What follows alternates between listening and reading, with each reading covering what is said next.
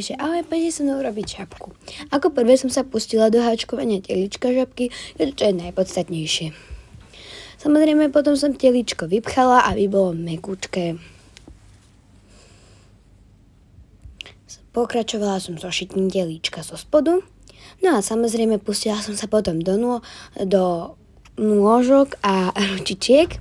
Takto som to krásne uhačkovala. No a samozrejme, uhačkovala som ich viac. Toto boli nôžky a ručičky, no a ešte som uhačkovala aj na očička. Potom som tam dala klipsňové očička a takto to vyzeralo. Aj do druhého samozrejme, pretože očička sú dva. A takto to krásne všetko vyzeralo.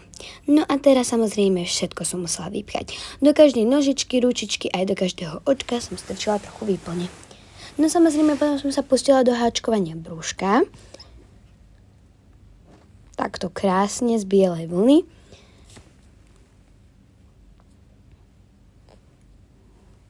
No a samozrejme teraz už všetko iba k teličku prišiť. No a takto vyzerá výsledok, čo? Páči sa ti táto žabka? Ak áno, utekaj na Saše.sk, Lily Joy.